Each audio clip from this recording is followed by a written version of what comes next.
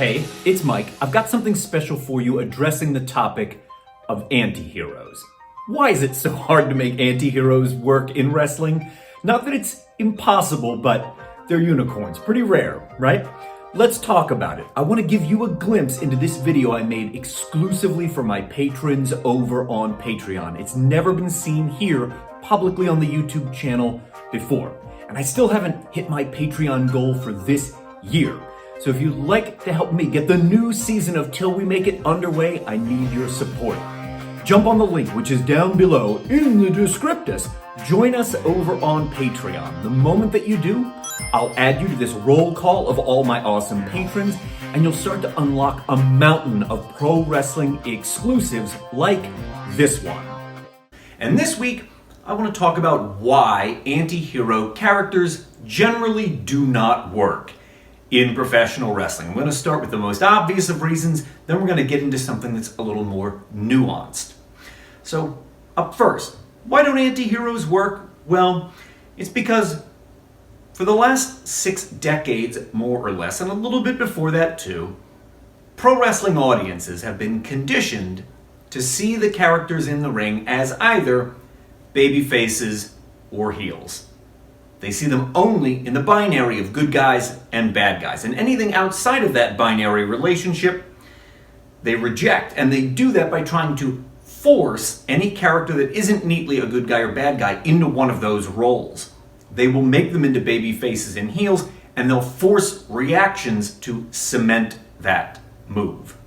So, if you presented a character that was a shade of gray character, most audiences will force reactions so that they become a baby face or they become a heel by virtue of how the audience responds to them.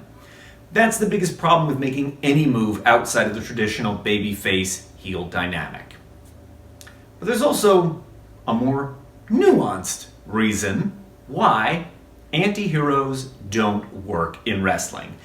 And for this one, we got to talk a little bit about character archetypes. So, in the strictest possible sense, if you were writing a story, an anti-hero would be the lead character, the protagonist of the story, but that character would not evince traditionally heroic traits, motives, or methods.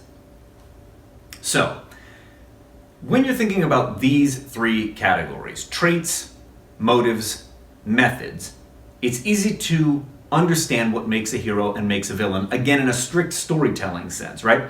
So someone with heroic character traits, heroic motives, and heroic methods, that's a hero. And the reverse is true too. Villainous character traits, villainous motives, villainous methods, that's a villain you've got there.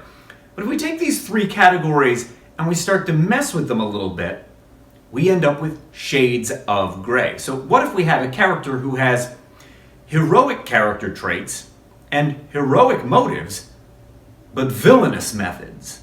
Well, this is neither a clear hero nor a clear villain, right? What if we have a character that has villainous traits and villainous motives, but goes about them through heroic methods? Well, what do we have here? These shades of gray characters, they tend to not play well in front of wrestling audiences because of the decades of conditioning to that binary of good and bad, that black and white dynamic of the baby faces and the heels. That's part of it, but there's even something further, which is this. The culture and the times are constantly changing.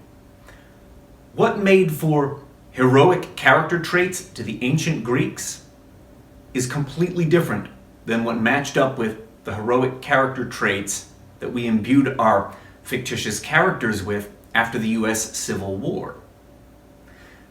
The kinds of things that used to represent villainy or weakness or even cowardice 50 years ago, many of those have completely reversed. So I'll give you just a couple easy examples to wrap your head around about how the culture and the times can change the context for understanding what makes heroic or villainous values.